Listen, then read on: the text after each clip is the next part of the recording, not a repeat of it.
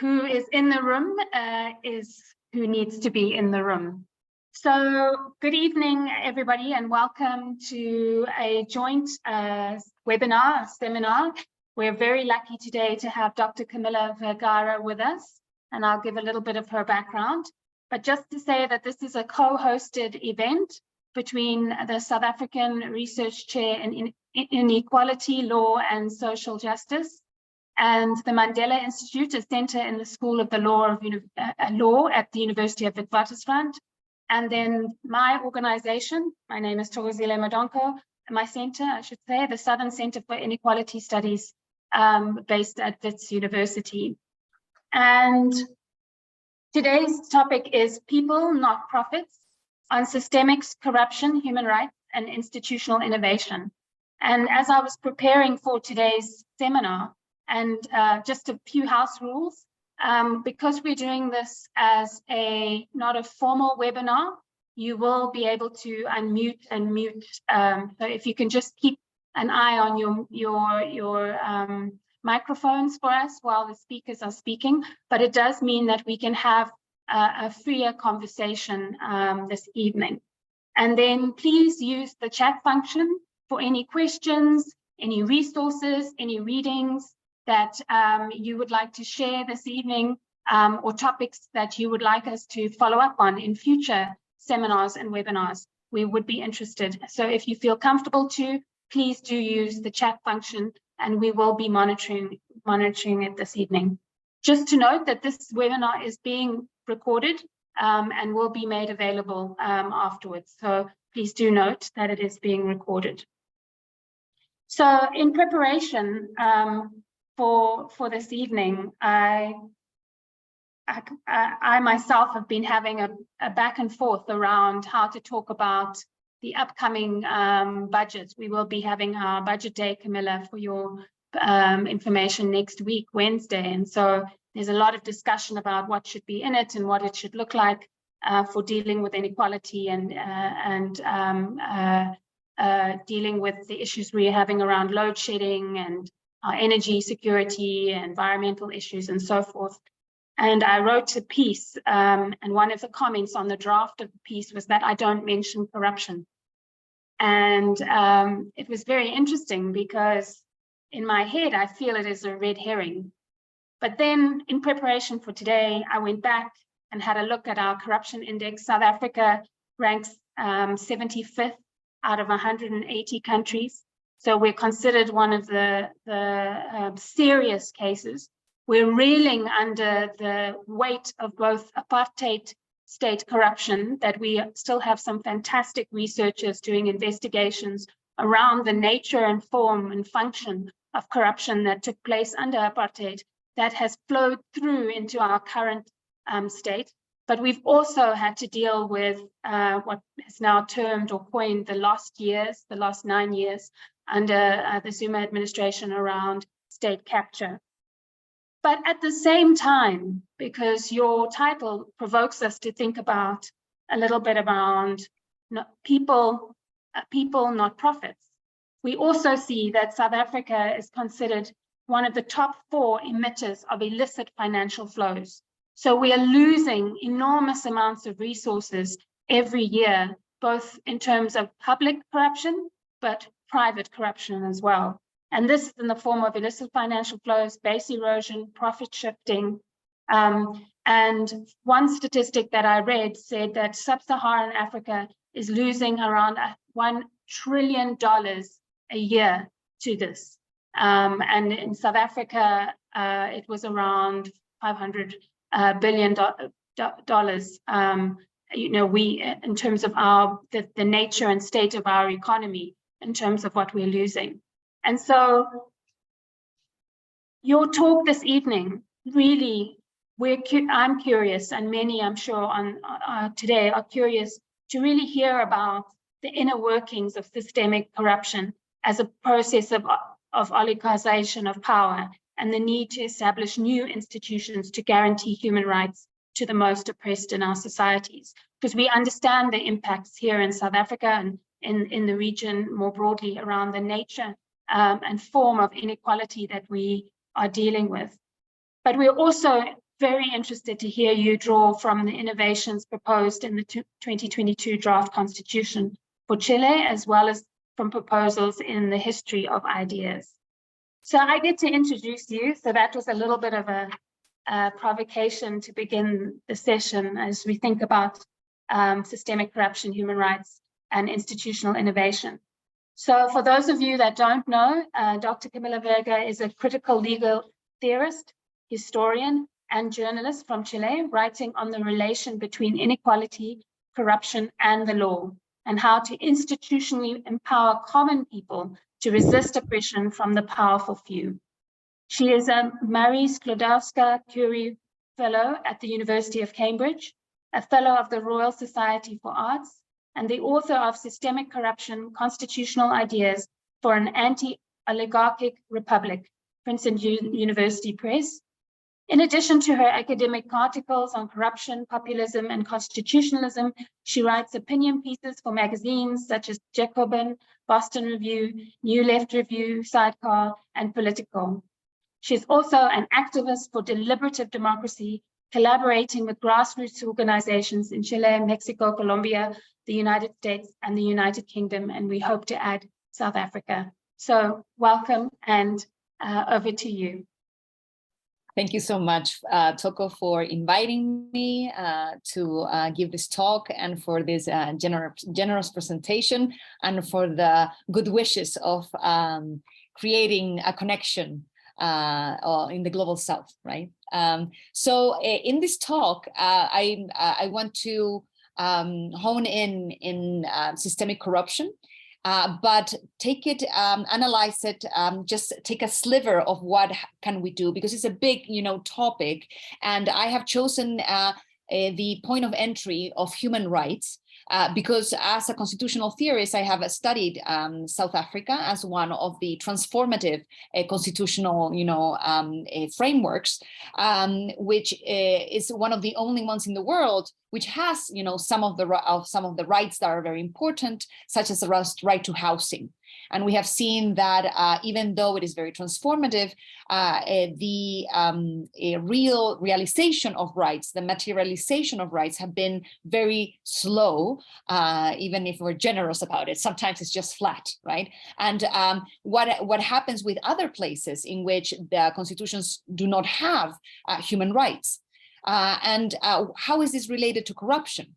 Part of the study of corruption says that even though we think about corruption as an individual problem, as a sense of bribery and this money that is basically brought out of the country and is lost, right, to private interests, we really need to think about corruption as a process in which human rights are undermined, because this is the basic connection here, that corruption is not only about individual enrichment, but it has to do with how the system works.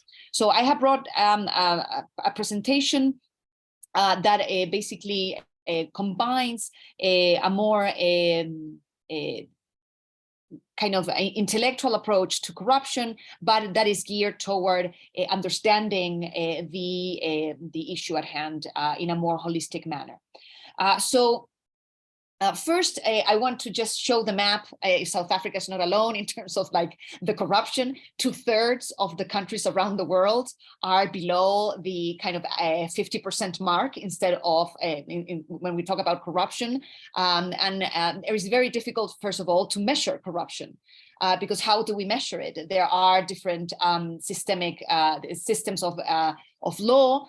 What is considered corruption in one country is not corruption in another, for example. Then we have our own perception of corruption, which is the Transparency International index, and is based on individual perceptions of elites, because basically what they do is they call, their people, their network, who they know, they have in their database, and then these people put a rating every year.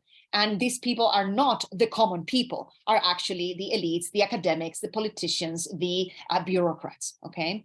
People from civil society, and we hear civil society is basically NGOs, okay? So these people who are already elites could be more self-conscious elites about, their class status and the corruption that of the state and the oligarchization of power, this monopolization of power, the idea that the richest among in our societies are the ones who are concentrating the power and are enriching themselves legally, not illegally. They are also doing it illegally, some of them, but the majority of cases, corruption is really in the edge or in the verge, or is just not touched. So this is the panorama from this very faulty way of understanding corruption, and is pretty red.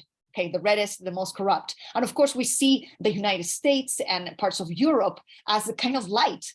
However, they're not, if we live in these countries, we know that corruption is also pertinent, or is a permanent, and is a permanent feature of the system, and not just a bug of one year to the other. So part of the problem of understanding political corruption, and we have done it, as the moderns have done it after the 18th century, is that it's based on an individual juridical framework. Is the law what determines what is corrupt and what is not corrupt? So there is a connection there between corruption and illegality, right? And also about legality and something being not corrupt. And this is part of our kind of framework. And we have to pair this with the hegemonic quantitative methodology in social sciences. So coming from the social sciences myself, there is this idea that if we cannot measure it, it almost doesn't exist. We need to measure it. And for measuring it, we need to count it. So it cannot be counted, then we cannot really grasp it in a way. So what we have become, so our definition of corruption has to do with its quantification.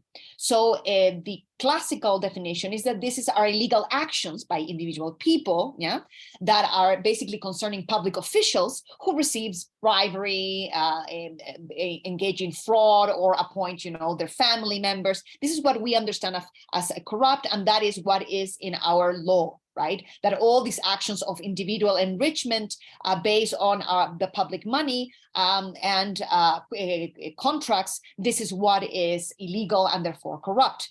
There are other things that used to be corrupt but are today legal. For example, campaign finance. In the beginning of the 20th century, campaign finance was illegal in most countries because, of course, giving money to politicians for whatever reason was considered a corruption. You're trying to sway them. Today, it is legalized. It's a procedure. You have an amount. You give this money, and also we have legalized lobbying, which before the 1990s was also an illegal action.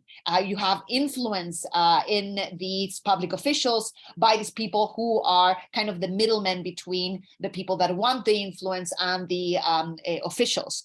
Today, that is completely legal in the majority of countries. There's no problem. There's a list of lobbyists, and if you have money to pay for them, then you have the access to the public officials, which is a clear breach of political equality. We as common citizens do not have the money or the power to hire lobbyists, for example, right? So this idea of political corruption that is only attached to what is illegal doesn't account, first of all, for the gradual decay of good government. This idea that we have a liberal democracy and we do not have the vocabulary and the kind of point of reference to say that this regime type has been degrading throughout the years because of the inner workings inside, right? We don't have that before, and in the ancient understanding we had it. Also, this we cannot understand what we call legal corruption, right? It's an oxymoron. Whatever is legal cannot be corrupt in our mind, and this is something that we need to challenge. So systemic political corruption as a concept deals with the structure of society, not its agents. So it's not individualistic, is independent from legality, is intrinsically tied to socioeconomic inequality.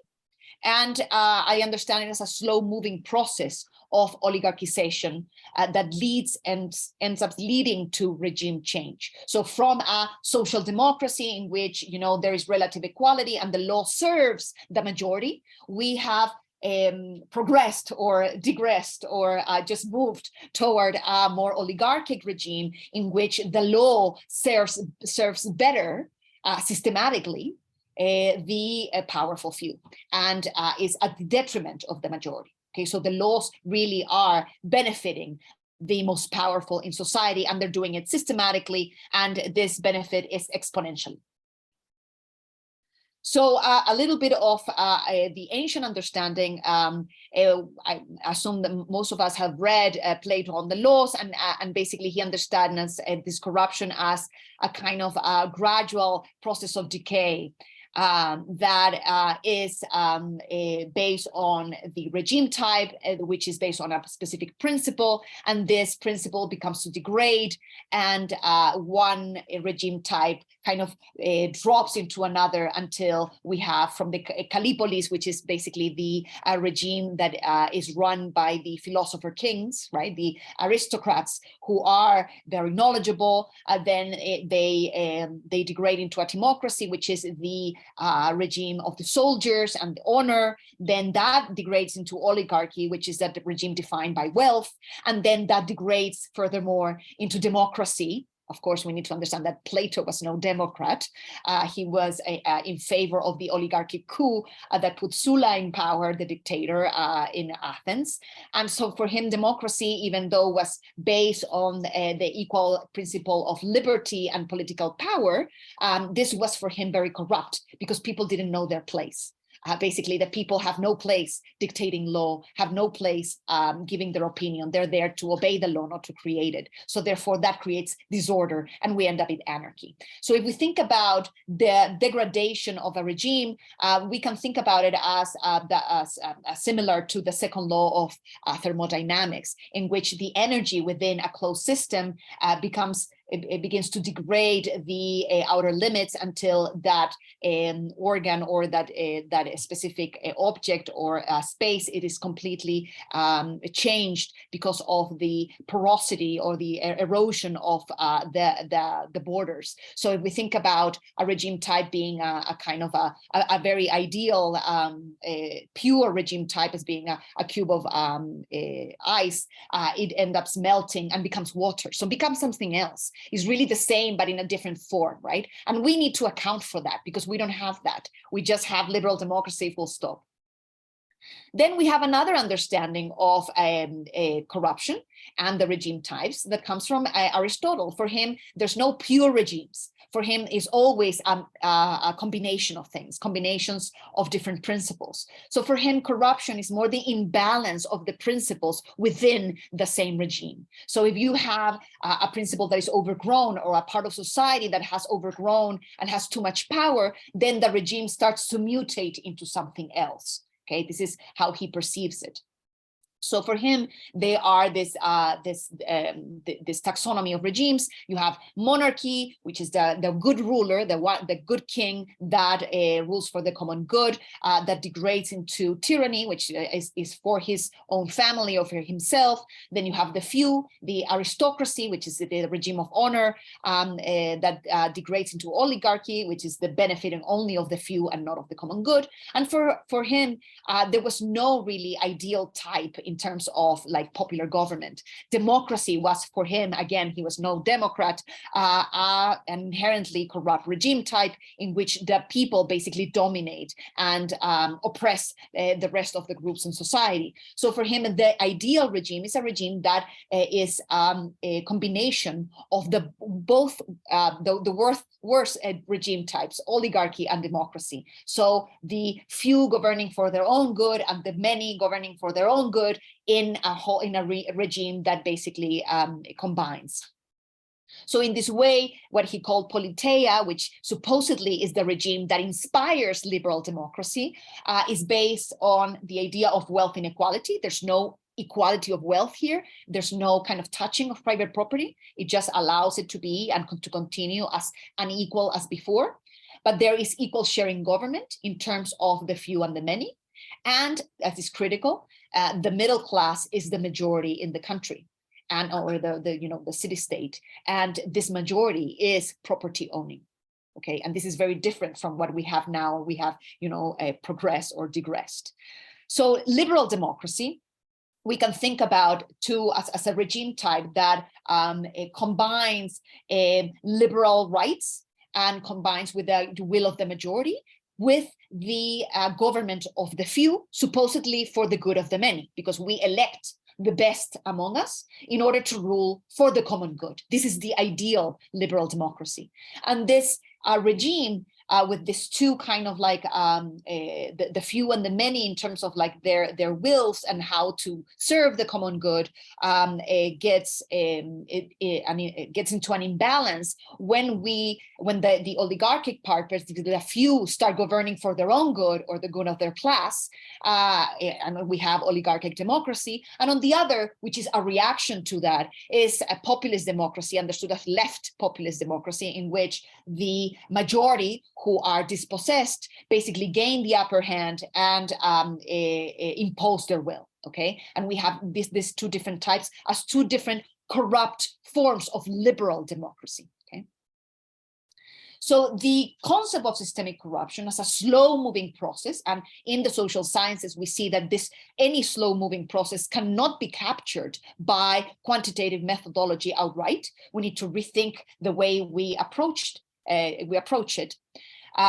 We need to, this concept allows us to separate law from virtue or the good, and from liberty. Law doesn't really, not necessarily at least, allows for more liberty. We just need to think about the public order bill that is being, that was approved recently in Parliament in the UK, that criminalizes protests even before it starts. Okay, so this is kind of the erosion of real democracy, and is something that is passed and is already law. It could be vetoed by the House of Lords, but the probability that it will become law is very high. So we can separate really law from virtue and liberty. They're different things. Law is just a device, a mechanism.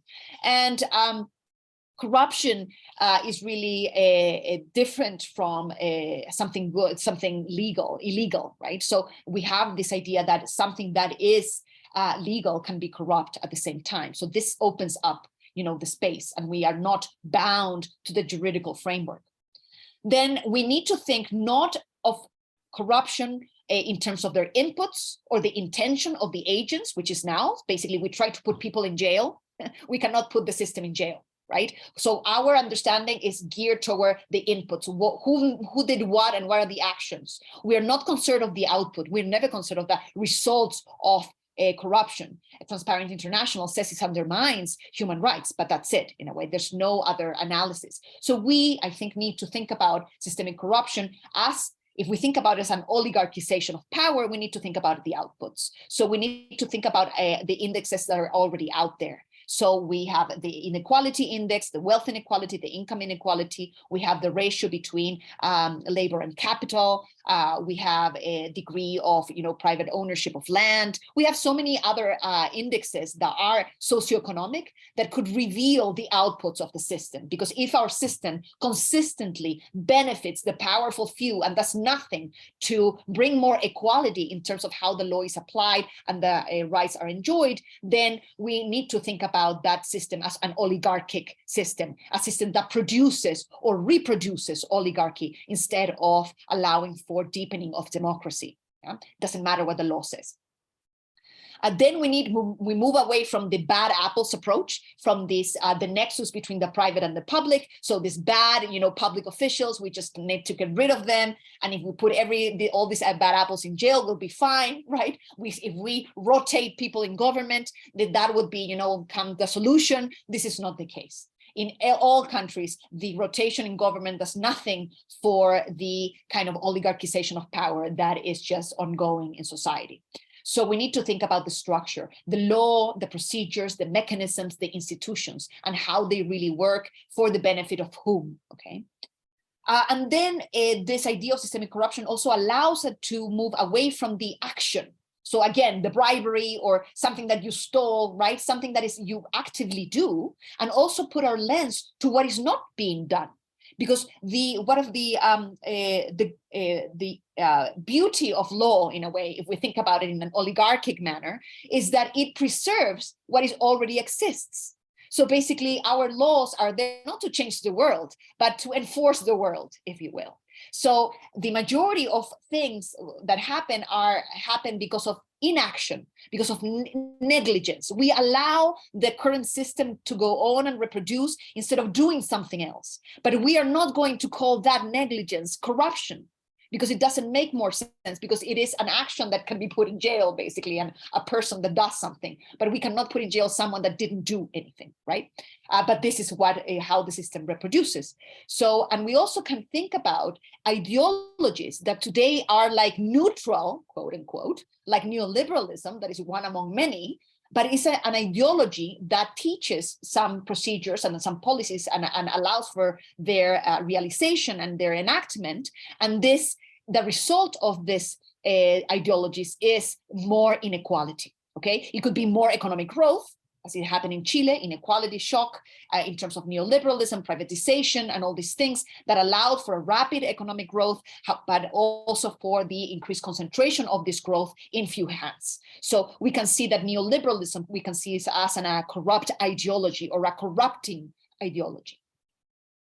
So here, if we think about where are our own regime types within this structure, okay, and here I put a little, a visual aid to see how can we measure and how can we conceive our regime. So if we're talking about a social democracy, there is a minimal threshold in terms of like 90% of the population owns at least 50% of the wealth. And this is basically post Second World War Europe. Okay, for many reasons, but it's only, as Thomas Piketty has put it, is very rare. This is like, it's an anomaly that in our human history, in a way, this is very rare. So social democracies, little by little, have been eroding this. And not only about the welfare state, but in terms of owning of property.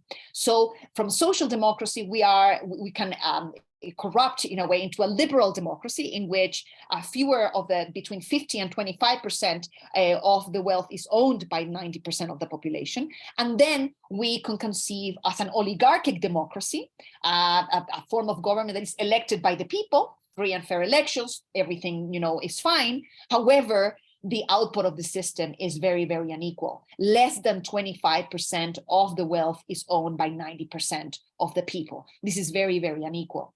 And as I said before, populist democracy could be considered as a reaction to this. You want to elect a leader that will say, I am going to bring more equality. It doesn't matter if they bring it or not, but this is the rhetoric, right? So we can think about a regime in which you bypass democratic rights, and we can think about some laws that do this, populist laws, in which you can have expropriation without compensation. You have also had this discussion in your own Congress, that it makes sense in the sense that why is the state, all of us, paying, compensating the oligarchs who have been benefiting from unequal benefits for so long in order to get that assets back, right? And here we think about also the Chilean situation in which even water is private. So people can own liters per minute, and the companies own rivers in a way.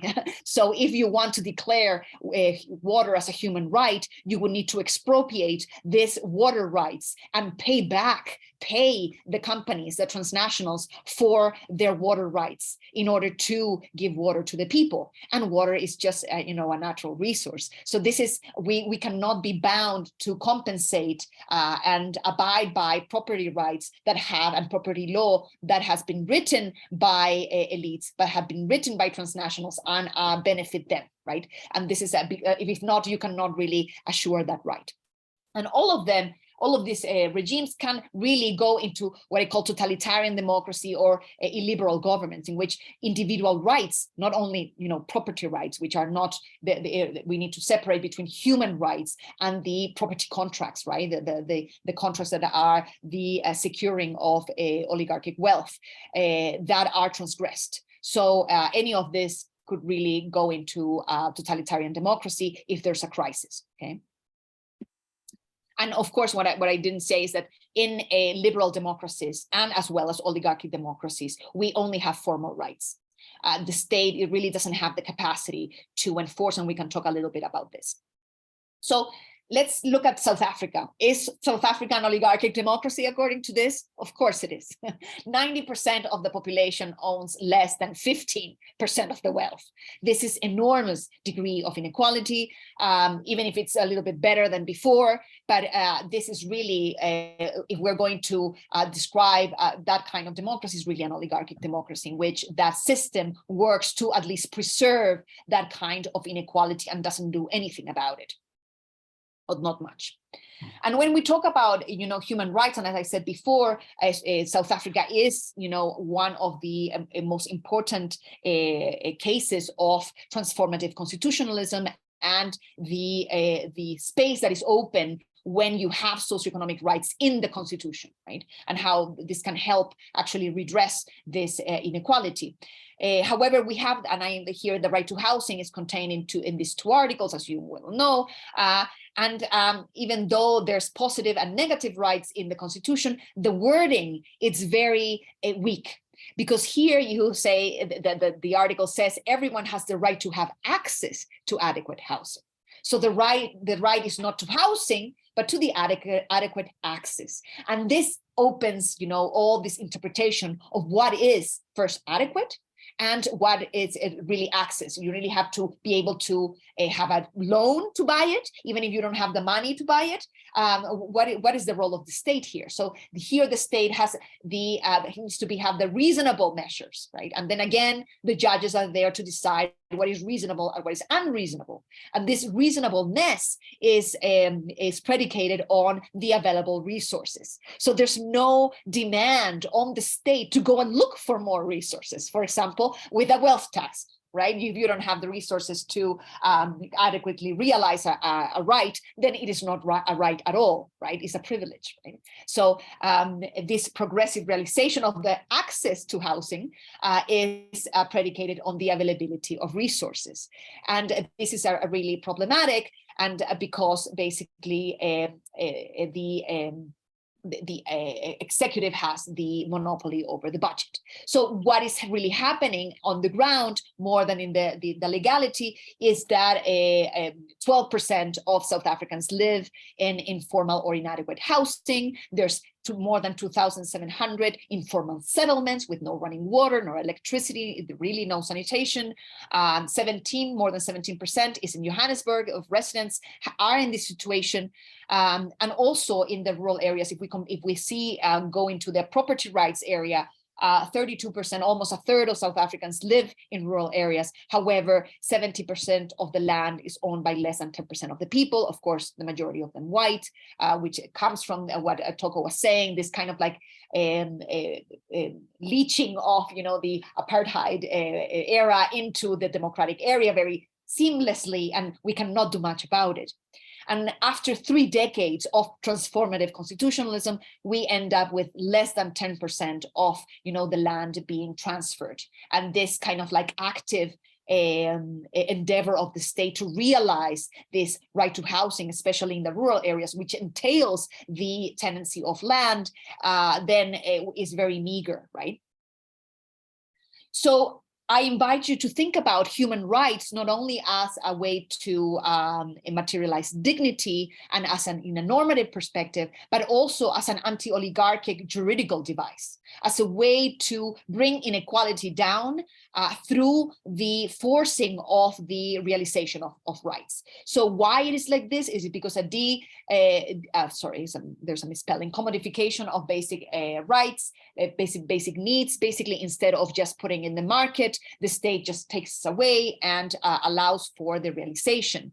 However, they cannot be properly enforced because of at least 3 things that stemmed from the separation of powers, which we understand as the pillar of a liberal democracy. We cannot transgress the separation of power. If someone dares do that, immediately we say, oh, this is a dictatorship, right? So this is a problem when we have to realize human rights, because first, the budget, so anything that has to do with money is generally controlled by the executive and sanctioned by the legislative in some countries, but the majority of places is a prerogative of the executive.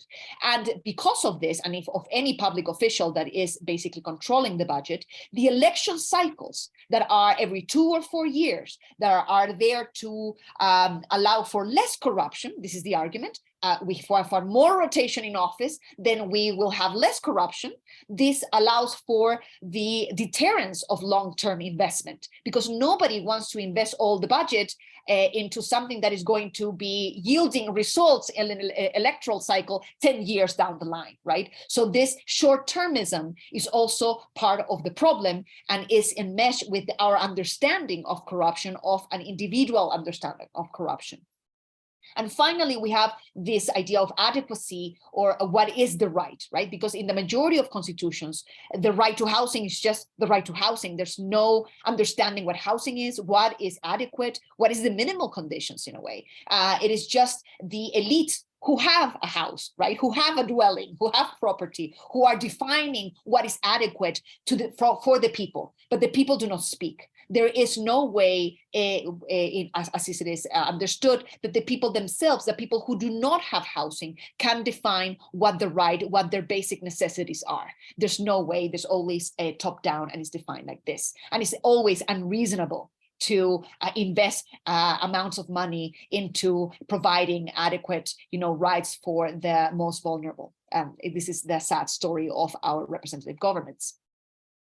So when we think about imagining alternative societies in which we are more equal, and we say, okay, if we can edit the mainframe, if we have this constitutional governments and we have different institutions and devices, for example, you have an ombudsman's office in terms of consumer rights. There are institutions that they're not in the constitution, they are below, so therefore they have no enforcement. They're toothless institutions. We can think about elevating them and giving them a binding power, for example, instead in a way radicalizing these existing institutions or creating new ones, right? And part of this, and my whole work is about the different ways that we can edit the mainframe, that we can edit the constitutional structure and include new players in a way that would protect the people's rights and push for it in a legal manner and not just agitating from the margins, right?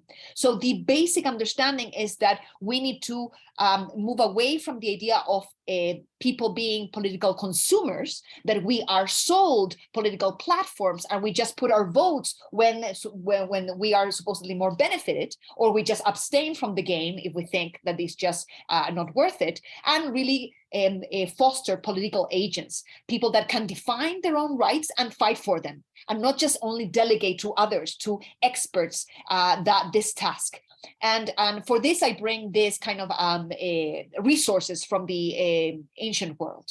And I have been talking about a network of local assemblies, popular juries, direct democratic mechanisms, and also, and this is what I'm going to focus here, Peoples Ombudsman offices. Okay, this kind of monitoring offices that were born to oversee the nexus, or the connection between the civil service and the people, and were there to be the reception of all the grievances of the people regarding the state. Okay, and this we need to kind of radicalize and rethink too.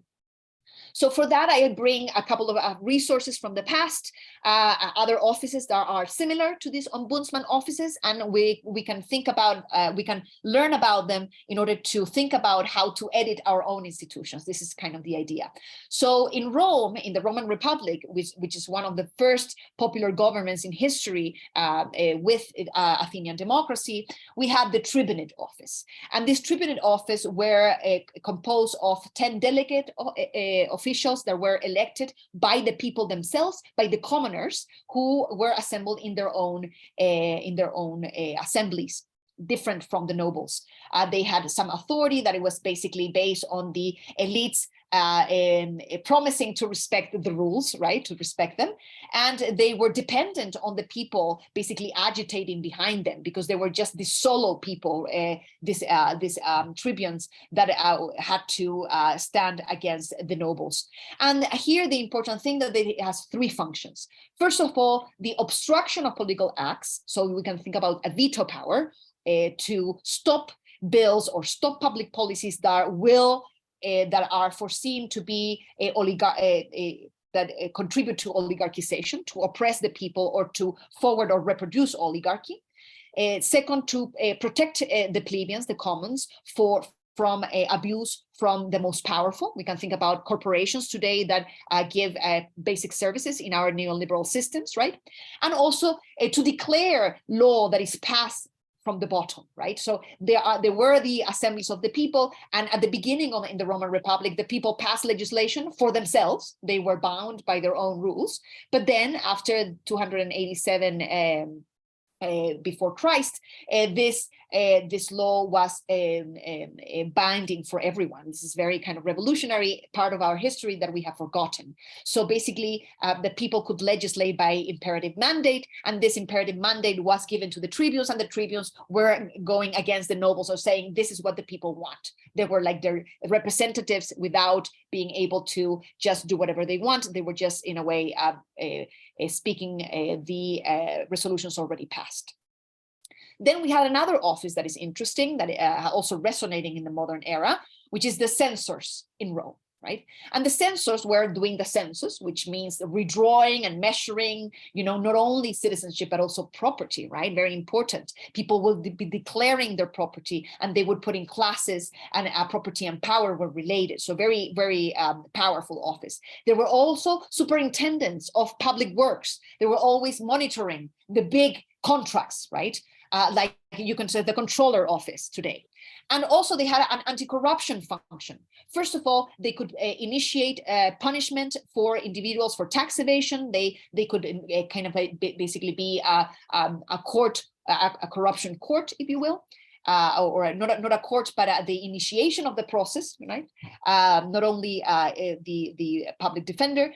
They could select and dismiss senators. They could purge basically the elite that ruled. We can think about it, the impeachment function today. And also at the end, after Sula's dictatorship, it became like a more moral censure kind of office. And this was the kind of idea of the censor that prevailed, even though it was never implemented in this manner, right? The third function was more like an imagining of Cicero and others, that they wanted to basically, they said that corruption is because the people were too liberal in a way. So basically, this is the function in which you have the plebeian council, you have the tribunate, and you have the censor that could basically be monitoring the elites. The idea that the elites cannot police themselves, which happens now. Congress polices the executive polices Congress, and the judges, they're all policing themselves. They're all elites. There's no external kind of a function or institution that does this properly. In the Roman era, there was the censors. So then we have another office that is interesting, is in the Renaissance, Machiavelli's Council of Provosts. And for this is very interesting because it was selected by lottery from also the commoners, the people, and not the elites. And this also was a monitoring office, which would see that the law, not only the law was beneficial to the people, but it also was enforced in the benefit of the people. Because the problem is that sometimes laws are passed with a very good will, but then when it comes to the enforcement, then it is really enforced in a discriminatory manner. And this is sometimes the law is drawn in a very neutral wording in order to be implemented discriminatorily, legally, right? And this is part of what we have encountered today in modernity, that we have law that in its face is universal, is general enough not to be vetoed. However, it is used to really reproduce the inequality and not to redress it. And also, it could this office could oversee government officials and appeal their decisions if they were going in favor of the few and not the many. So in a way, it had an anti-corruption function, which was similar to the censor, and also a veto and referral power. It says, okay, anything that we think that is not good, we refer it to the assembly, to the people, and the people will decide. So it's kind of a monitoring office that would keep tabs on what the government was doing, and if we was doing it correctly, something that we don't have really today. And also, this is interesting, it has a constituent authority. The idea that there are things that need to be done in order for the liberty of the common people not to be encroached upon. So therefore, it is like an alert that this is happening and there's needs for innovation. Today, we don't have that. We don't have the idea that we need to innovate in order to not lose our ground in a way, right? We just go against things that actively encroach, but we need to do things in order to preserve what we have. And for doing progressive policies, we need even more, right?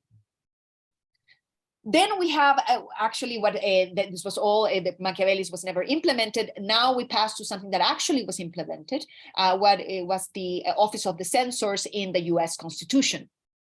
And here, this was an office that was only elected every 7 years. And we can think about, if we think about the Constitution as a mainframe or as our, computer mainframe, we need a reset every 7 years. We need to reboot it. We need all these tabs that are open. It needs to be closed and, clean in order to start afresh. So this was the idea that every 7 years you needed to elect this office. There were 2 censors that would have absolute power, basically, to do whatever they wanted in order to fix things that were not working, or repeal law that was enforced in a discriminatory manner, or even call a constituent assembly and say, okay, we need to really edit the mainframe in order to stop with this corruption and with all this oligarchization of power, which was seen in this Republican era as this kind of concentration of power in few hands.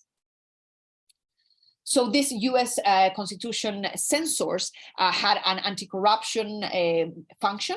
Were also a constitutional court. They could, every 7 years, all the laws that were passed by Congress would pass through this monitoring, this filtering, and they would say, okay, this passed the filter, this they don't. So you could actually repeal things that were not good, and they were proven not to be good, because one thing is to think about it and the other is how actually they are done, right? Also, as a superintendent, as the censors of the past, as keeping the role of taxes, seeing that taxes are justly laid and also spent, right? And we can think about it here. The censors could say, we need a wealth tax. This is what we need, right? This is would be part of the justly laid tax collection.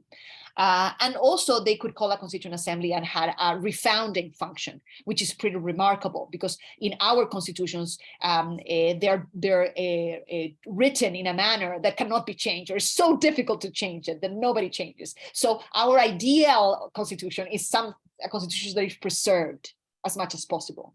Before, it was the idea that you need to actually edit once in a while because you need to bring more innovation in order to deal with new problems or with the new ways these problems arise and are expressed.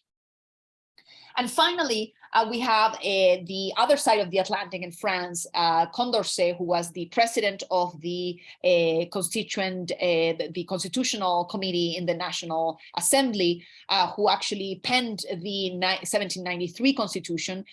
He also included in his draft, not in the final one, in his draft, a monitoring office, what he called the Council of Overseers. And this was a delegate monitoring office. So a delegate means that they didn't have a will of their own. They were only there to monitor. But the crucial thing here is that they were selected from the people and by the people. They were completely separated from the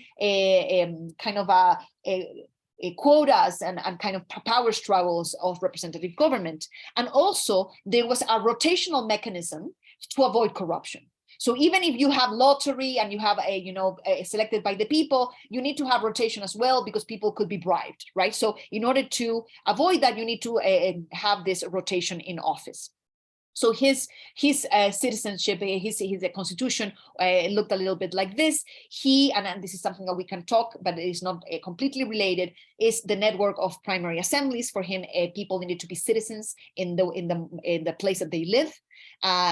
Regarding local politics, he devised a very intricate and very kind of systematic way of bringing the resolutions that were local into the national, and to actually have a mandate coming from below.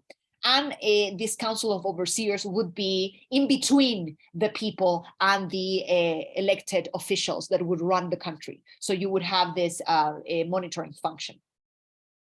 And finally, I want to deal with the new constitution in Chile, the draft that was rejected. We can talk about little about that rejection, but it has nothing to do with really the text, but more about misinformation and fake news and the hegemony of oligarchic media in general. But basically from below, and this is in the picture of Chile before the uprising, Chile was really kind of a poster child of neoliberalism.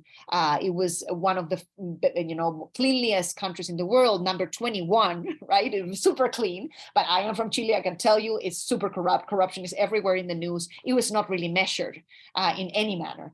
And also the freest country. We're open, and GDP per capita is very high. However, then it is mostly appropriated, concentrated at the top.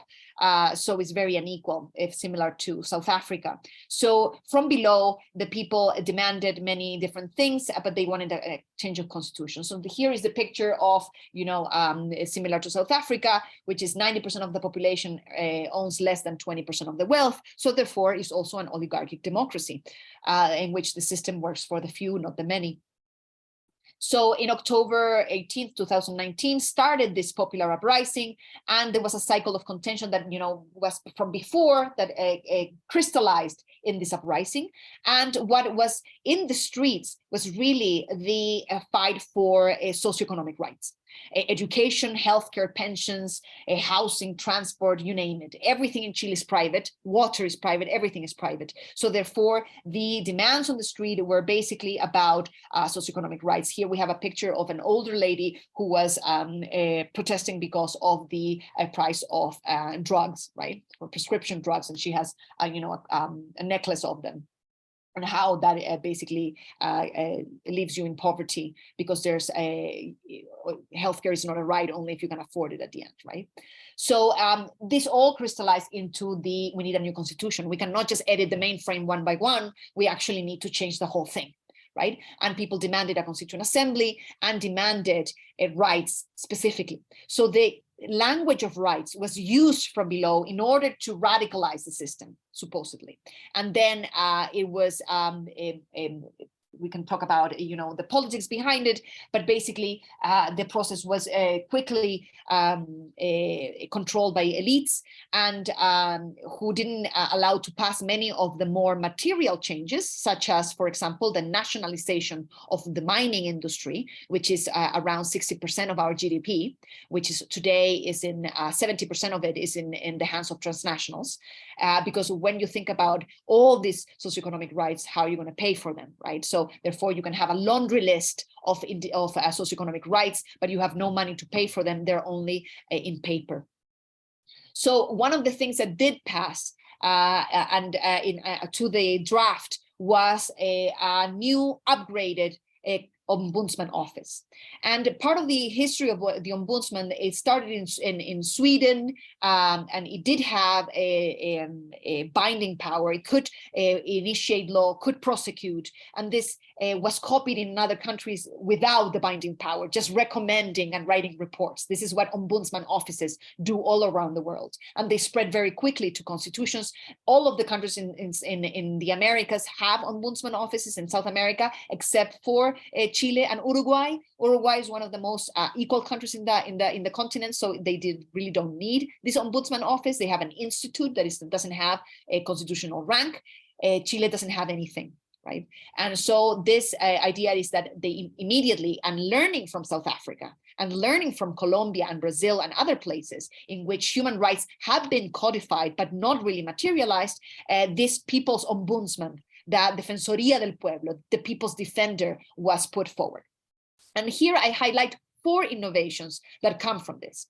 One is that the jurisdiction of this office is not only the state, as it was before, civil service, right? So the original Ombudsman office, I mean, in the majority of countries around the world, only deals with the state, oversees the state. In Chile, because all of the basic needs and all of the basic services are private, the state doesn't provide much. So therefore, the jurisdiction is to be over private contractors. And this is an expansion of the jurisdiction.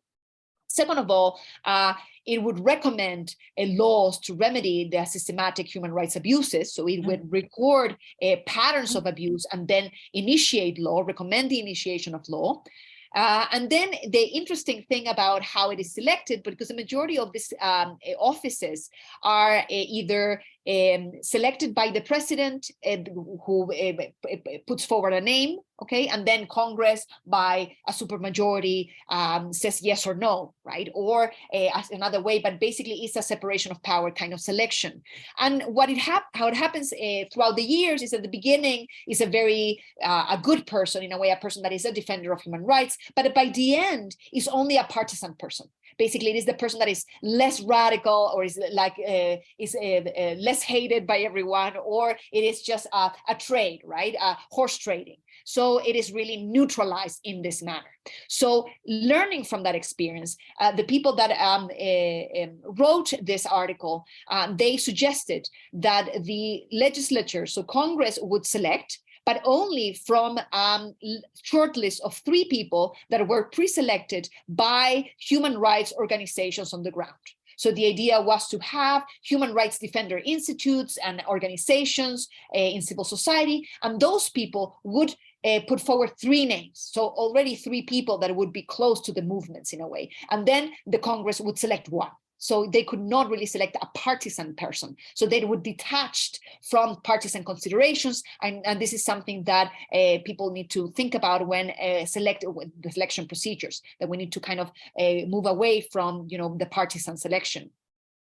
And then finally, and this is the most interesting one, is that the ombudsman would not only protect human rights as they are written in the Constitution, but according to international law. So it made it porous. It was not only about the text. So it's not, even if it was not adequately written in the Constitution, that right would be progressively radicalized if international law would move forward in a way. It would need to take into account necessarily the state of human rights in the region and in the world. And this is very progressive, because basically it means that the Constitution is not a hard line, but actually a very porous and flexible, limit in terms of human rights and how to realize it.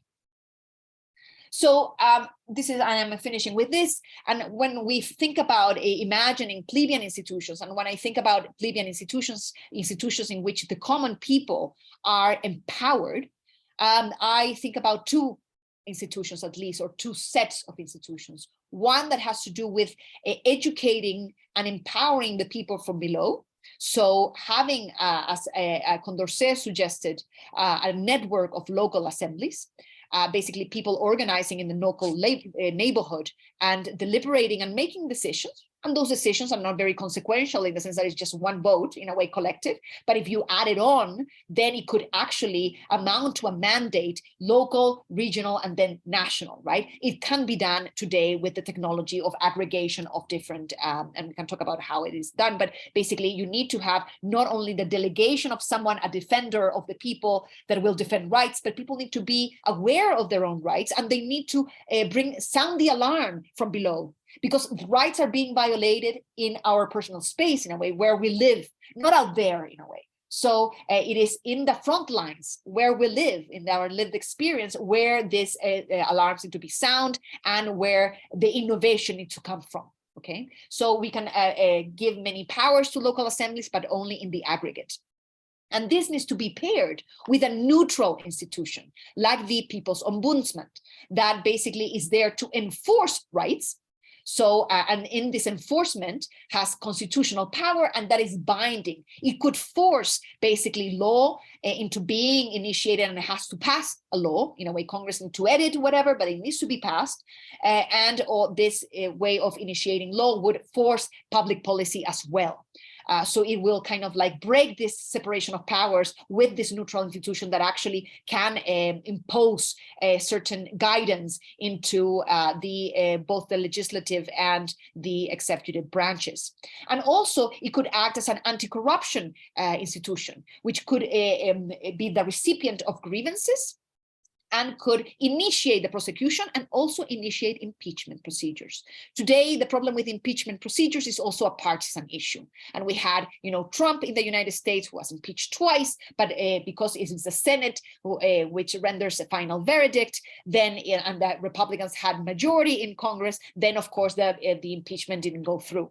The same happened with, Bolsonaro in Congress in Brazil and also in Chile. Okay, so basically the impeachment function, when it is within the separation of powers and it's a monopolization of Congress, it becomes a form of lawfare. In a way, it becomes a way of getting at your opponent instead of really getting rid of people that are corrupt.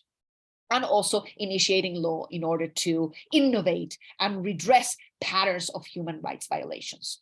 So this will look a little bit like that. I know it's a little bit too much, but basically is the idea that the people can be organized from the local level, from the local, the regional, and the national. That needs to be, those can actually have interact with government. We don't need to get rid of representative government.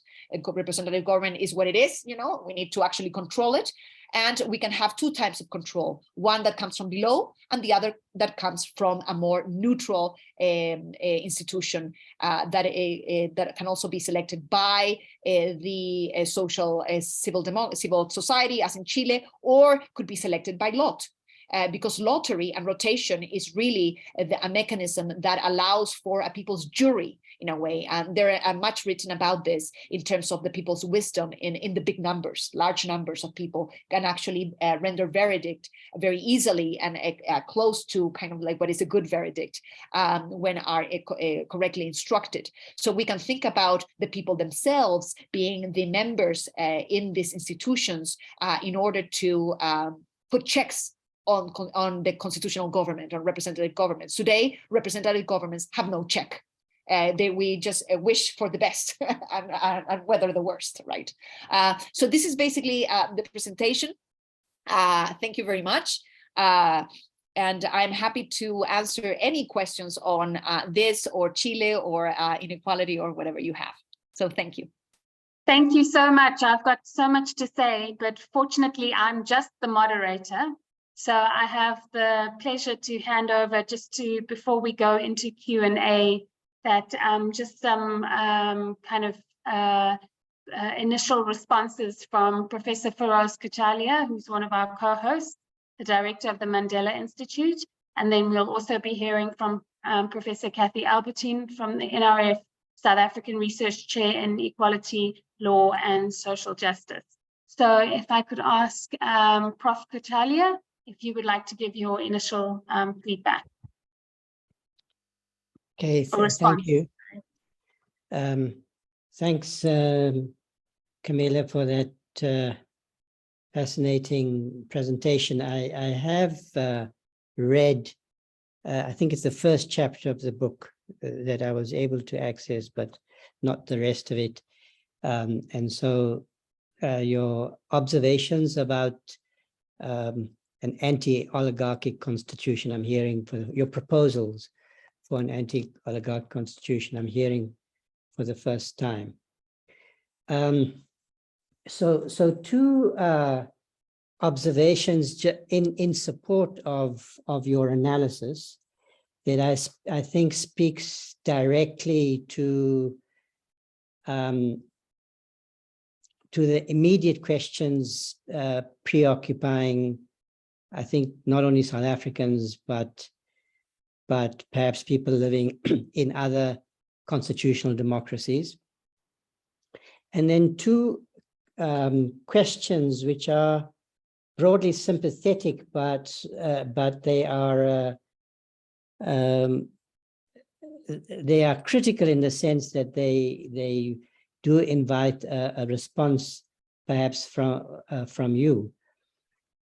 So, as I indicated earlier, there's a live debate in South Africa, preoccupation really about corruption, and there's no question that it has been driven by an individualistic, legalistic, juridical paradigm that you are rightly critiquing.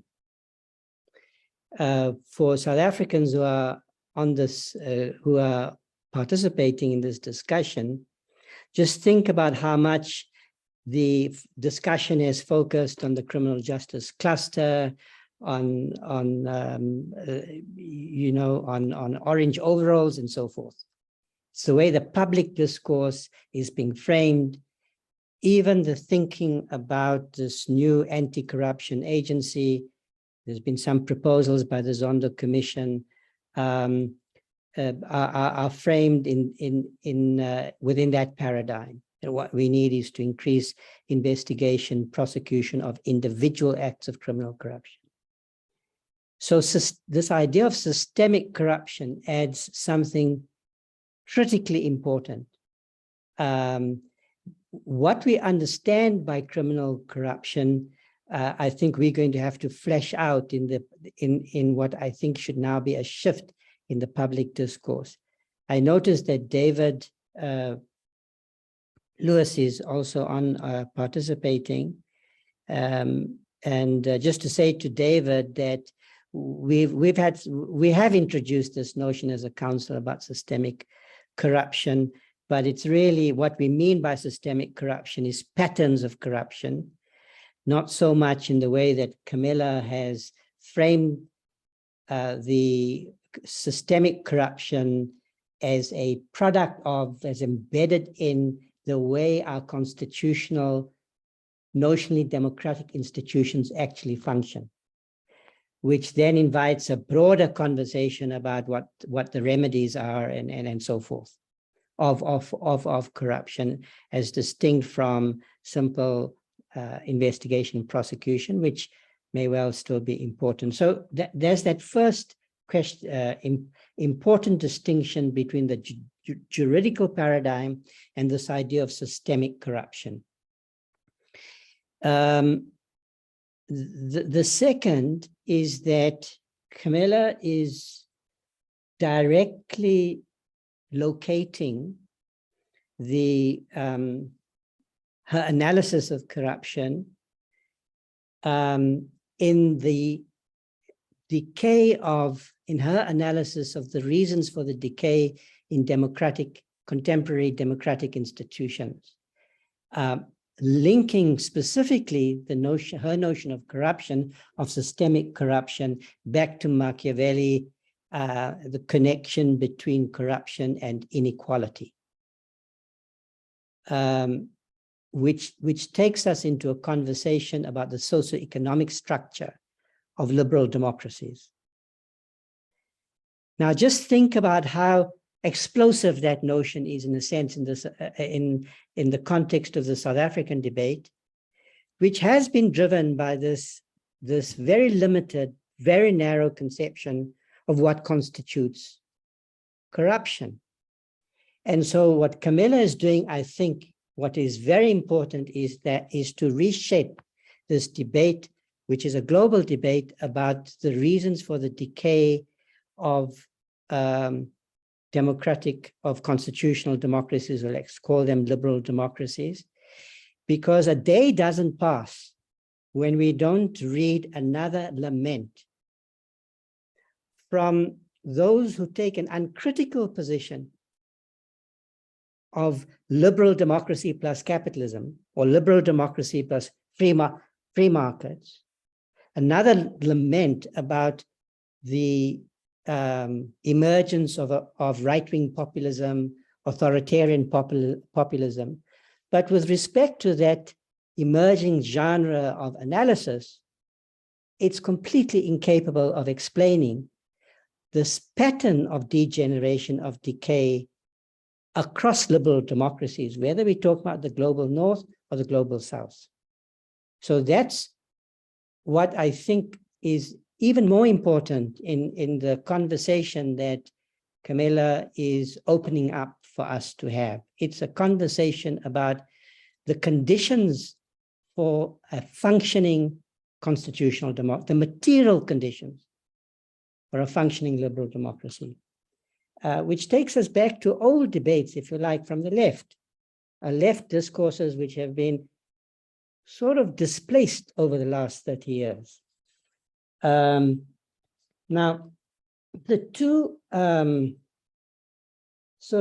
there's two questions I want to ask, though, about the anti-oligarchic constitution, Camila, are, first of all, I think it's a little bit surprising in a way having made this link between law, constitutions, and the socioeconomic structure of our society, and to begin with a powerful critique of the juridical paradigm, to arrive at a position where your main focus, apparently, at least in this presentation and perhaps in this book, is on constitutional innovation, which is on restructuring the legal institutions. Because in some ways, your analysis suggests the limitations or the necessity for socio-economic structural transformation. Now, I'm not surprised in a way that that question arises for me, because I think you have been living through a period, a refounding in Chile, an effort at refounding, in which there's a focus, a new focus on writing constitutions, drafting constitutions, building new political and legal institutions. Whereas we in South Africa, I think, are at that moment where we need some kind of refounding, but there is also a growing skepticism about the efficacy of constitutional solutions. So there's a sort of interesting tension, I think, between the Chilean moment and the South African moment 30 years after our first founding. The second is that, which is something I'm sort of beginning to think about, is what are the external conditions in a globalized economy for the functioning of a constitutional democracy? Now, I think, at least I pose this as a question, I think South Africa's constitutional transition was preceded by fundamental changes in the global system, economic, structural, and ideological, beginning with the end of the Bretton Woods system, or the restructuring of the Bretton Woods system, which fundamentally changed the fiscal conditions of statehood. And we're seeing still in South Africa today, I mean, so we talk about capital liberalization, talking about liberalization of trade, and so forth and so forth, which also constrain the options that are available for national democracies, whether in the form of a social democracy or even in the form of a developmental state.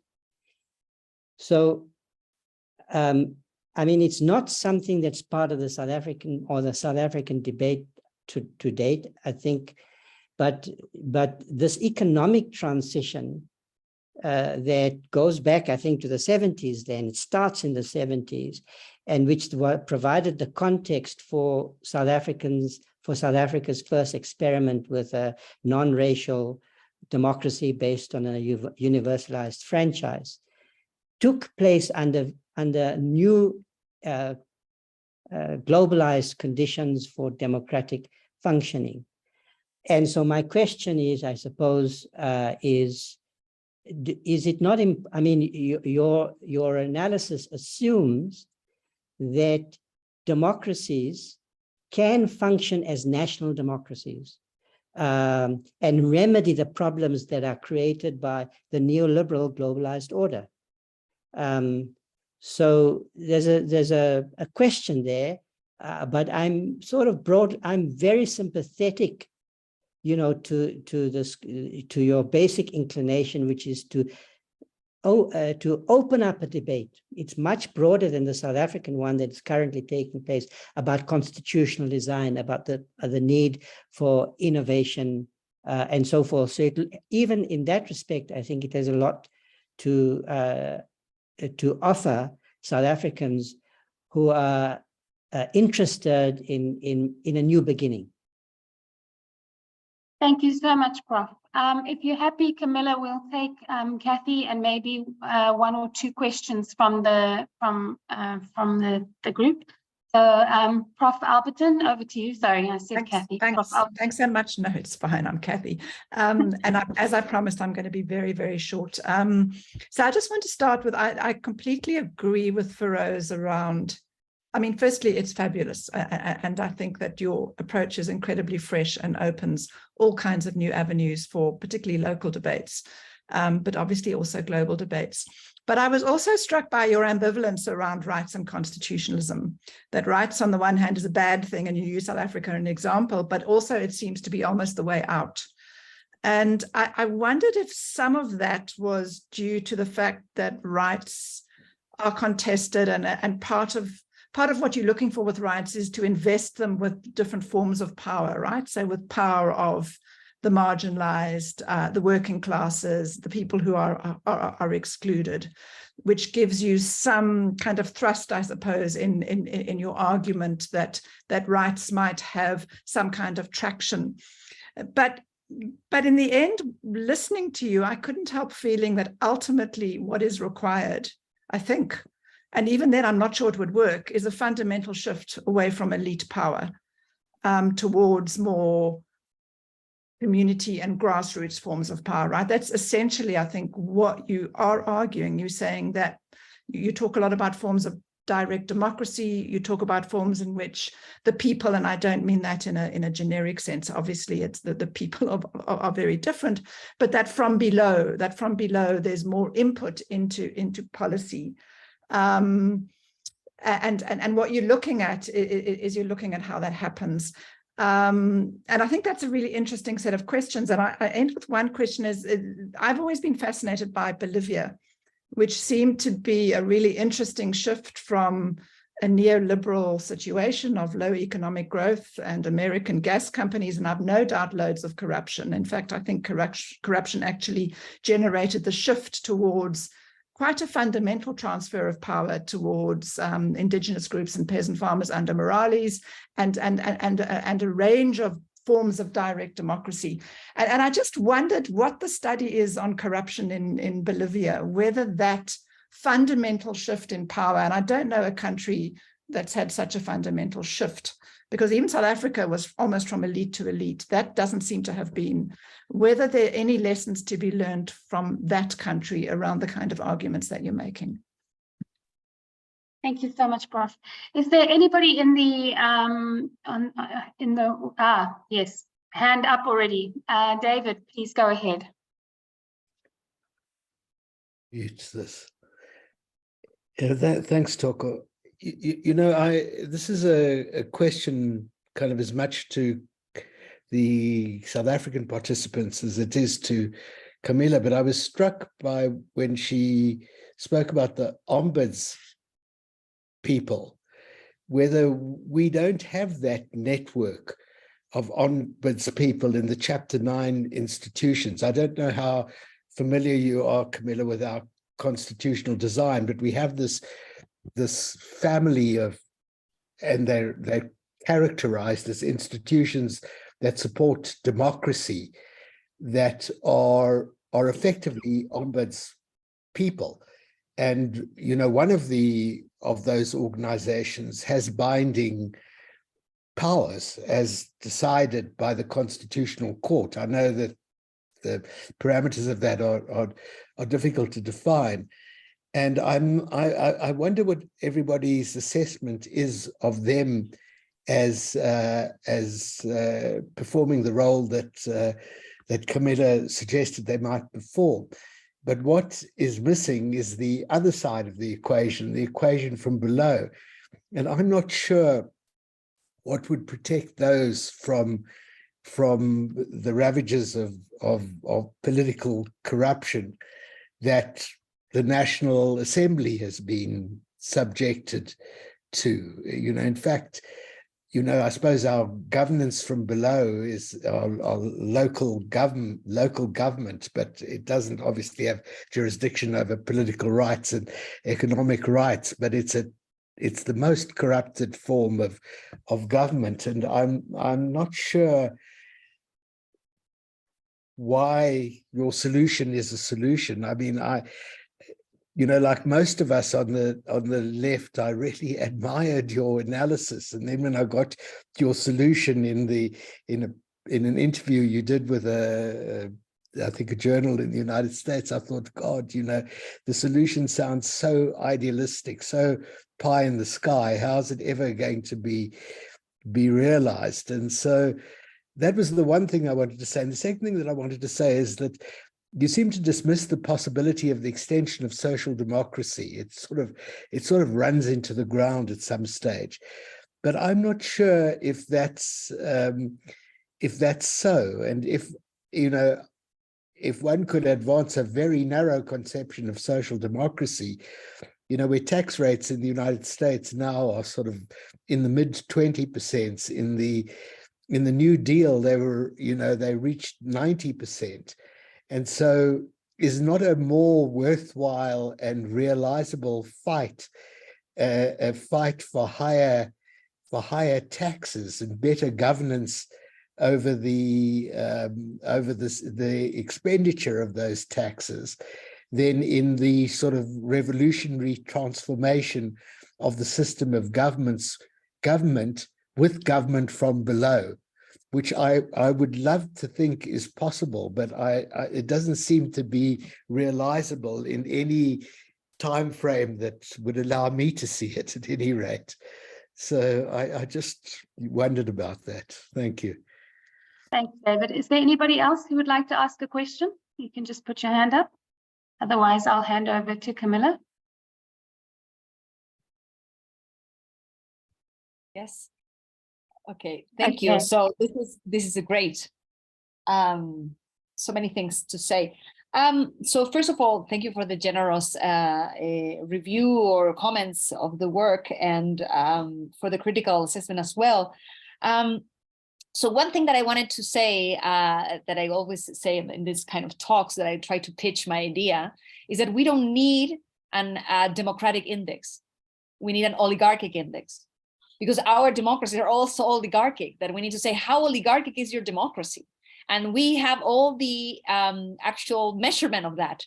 We can put together an index easily with all the, you know, outputs of the system that we have. We're already measuring, but we only think about economics, right? And we don't think about it in terms of democracy, right? Because we don't mix economics and politics, which is so weird.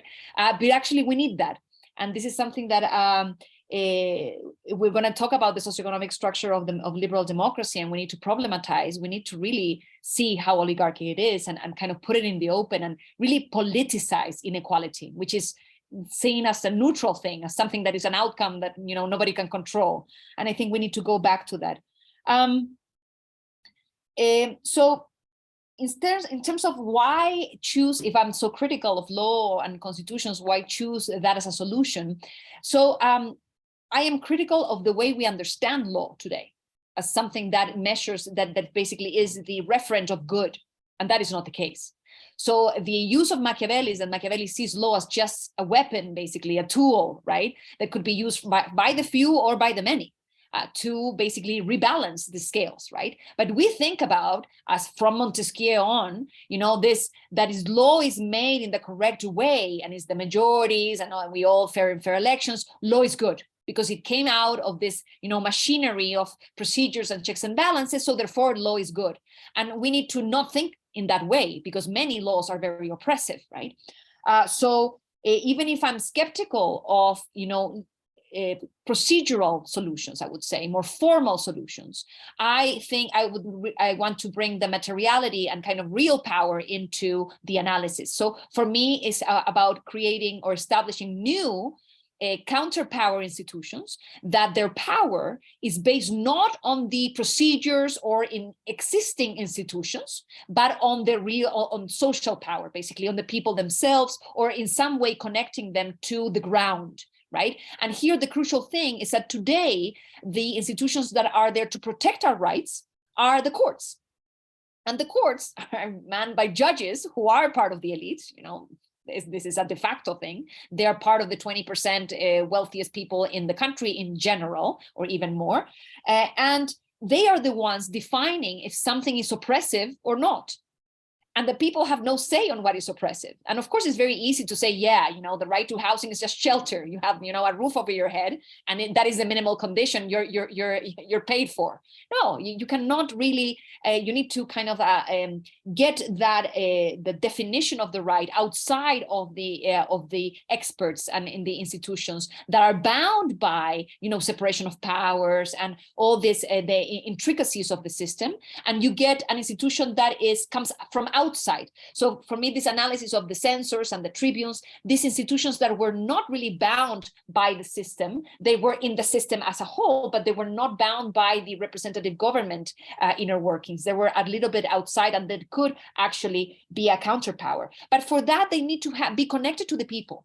They cannot be just, representatives, another useless, neutral, toothless institution. It really needs to be connected to the ground. And for that, we need to really transform society. And of course, David, this is a pie in the sky kind of thing, but this is the whole point, because when in academia, nobody wants to embarrass themselves and be ridiculous like this and kind of like say, oh, let's do this, or let's think about it. Everybody's kind of being more rational. Let's go around the edges, something that can really work. No, for me, it's like we need to go back and see what actually was done before, and to open up our horizons in a way, our imagination, and not really the reproduction and the editing of what is, because what is already corrupt in this manner.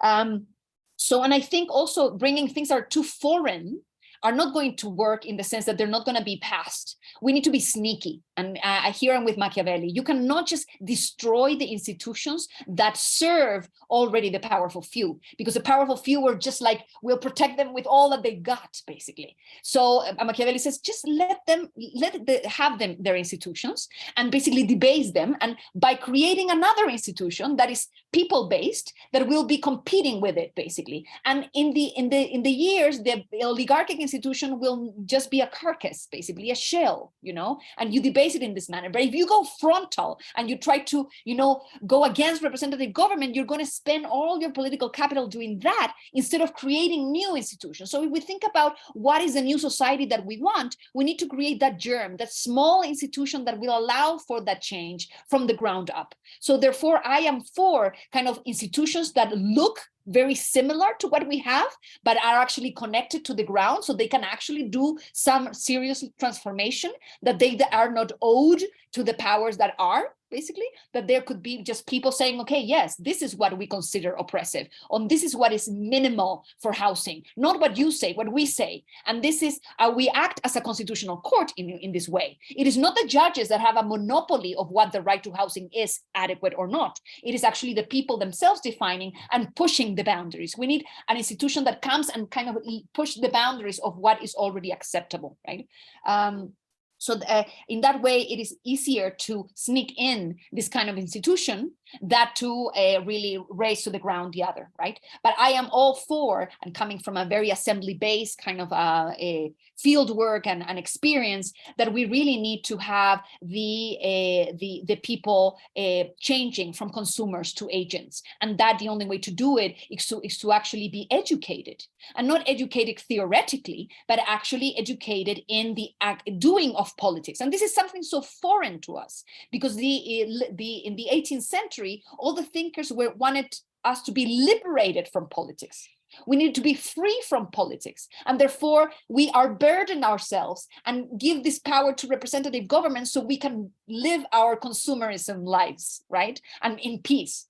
But this is a fallacy. If we do that, we are slaves to the system. We're just sold platforms and we vote, and the result is always the same. So therefore, we need to be really agents, and we need to think about this a long-term solution. And it's not only pedagogy on the classroom, it's also pedagogy on organizations on the ground. We cannot force people to organize, but we can move away from this pie in the sky to actual governing. And in the constitutional draft, another thing that happened in Chile is that Chile is a very national,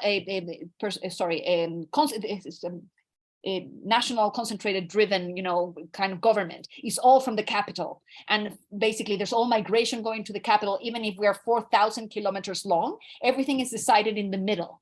We have all the climates in the world, from the desert to the glaciers, but everything is decided from the valley, if you will. So this is very terrible in a way. And this is part of the oligarchization of power. So the draft also considered a regional democracy, in which really power will be devolved to the regions, and not only the regions, the neighborhoods. So the idea was that it created, or at least recognized, neighborhood-based assemblies that would have some kind of power into dictating politics at the local level, and actually that could change, the way people relate to government. Not only about participatory budgeting, this is very small, but kind of like integrating all the innovations that people talk about, and actually was written down. And this could have transformed Chilean politics. And there's nothing like that. It was based on the assemblies on the squares that happened in the uprising. Thousands of assemblies and councils were sprung up spontaneously. And we're talking about a country that has no labor unions, almost no militancy. People don't vote. People are afraid of their neighbors after the dictatorship because they rat them out as, radicals. People are having, the majority of them have family that were tortured or exiled. There's a lot of trauma in Chile. So there's no organization on the ground. But when the uprising happened, people went out to the street, to the squares, because they didn't know what was happening. They wanted to kind of relate because the media was feeding them something that was not real in a way. They could see it. And for the first time, people became political. And those councils have been preserved in a way. People became active for the first time in their lives in politics, not through a political party, but from neighborhood democracy in a way. And that is something that you can also engineer. If you think about the institutions, when the first democracies were created, Congress didn't exist. The office of the president didn't exist. The Supreme Court didn't exist. People just imagine, say, okay, it's going to be 7 people, 9 people. They're going to meet in this place. These are going to be the rules. And then when that was signed, then was enacted. The same we need to do, but for popular institutions. This is kind of the idea that we cannot just say, okay, this is what exists. People are apathetic. How are we going to do it? Well, we need to actually try to do it in order to judge if it's going to work or not. And for that, we need to learn by doing. And what I think is very interesting that what Feroz was bringing is the external conditions. And this is something that the idea of systemic corruption at a global level needs to also be assessed. Because today we have trade agreements being sold as a humanitarian almost thing, that basically, for example, the European Union that has a trade agreement with Chile for more than 10 years, now they have updated it. And they have created commercial courts that are international. And basically, if transnationals from Europe have money in Chile and Chile changes the rules of the game and their profits are, hurt, they could bring Chile to an international court with judges that will enforce the contract, will not think about, Chileans' human rights. They will enforce the contract. So the governments, where the states will always lose, basically. How much they're going to lose, this is what is going to be, decided. And this is something that needs to be pushed back. Because in the 70s and 80s, the trade agreements were seen as a way of developing, as growing. Today, it's almost like a civilizing kind of narrative that comes from the European Union and Canada and Australia and all kind of the first world countries that just want to expand environmental rights and labor rights to this global south, which is like not the case, right? So it comes with it, but this is not, it's not the point. So this is something that needs to be questioned.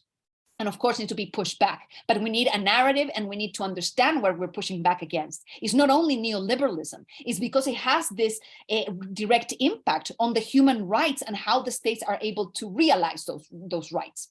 So anything that gives the more power to the already powerful needs to be understood as corrupt. This is at least from my perspective. And finally, in terms of how we think about borders and if there's a national solution, and I think it is the other way around.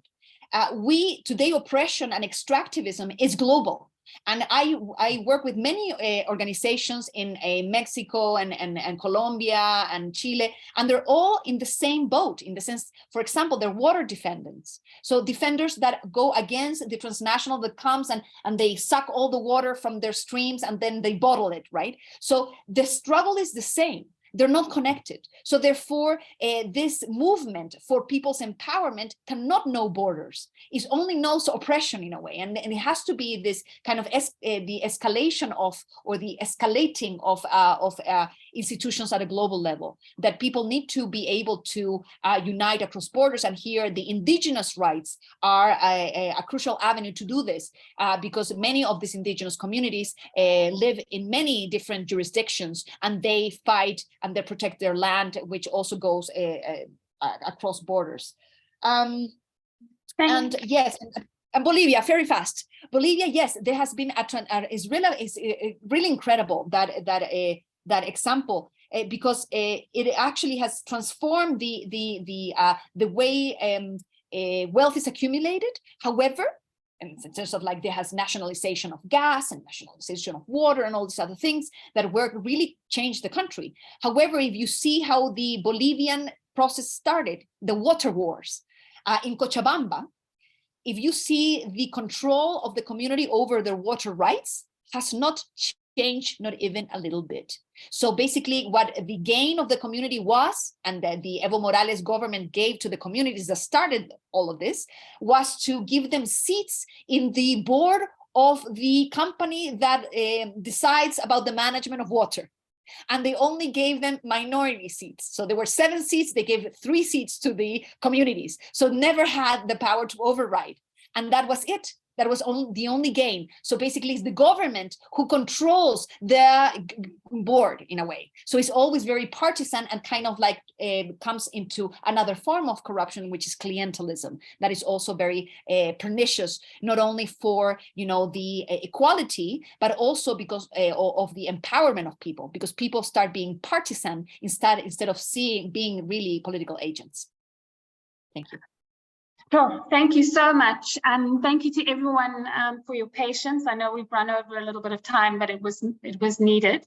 So on behalf of the hosts, I'd like to give you a big thank you. We have to have you back because each aspect of this is, you know, we can unpack each of your slides, and each of those slides is a talk in and of themselves. But what I wanted to say is that it has been extremely refreshing to be able to sit down and have a reimagining of our futures, because I think that is what's needed in South Africa, is a sense of possibility and options that's grounded in evidence, that's grounded in the past, and you've really offered that to us. And we do have mechanisms that we can call on from the anti-apartheid movement around local power, local mobilizing, that we can draw on. But we need to reflect on what we've created in our new constitution. But also, I absolutely love the call for an oligarchic index. I think I'm definitely going to push my colleagues to start thinking about that in more ways at both a local and a national and a global level, because for people struggling around water, they're dealing with, or access to resources, they're dealing with local oligarchs, let alone national and international. So again, on behalf of us all, thank you so much. We wish you a wonderful stay, and hopefully we'll have you back again soon. And thank you to all who stayed on and for your patience, and hope to see you at our next co-hosted event. Thank you. And thank you. Camila is speaking tomorrow, Friday at, is it 1 o'clock tomorrow? Noon, at 12. At 12 o'clock, we'll be speaking again. So just look it up, and you'll see that he has another event tomorrow at 12. Okay, thank you so much, everybody. Thanks. Thank you. Bye. Thanks, Thank you. Thanks very much, Camila. It was great. Thank you. Thank you. Cheers.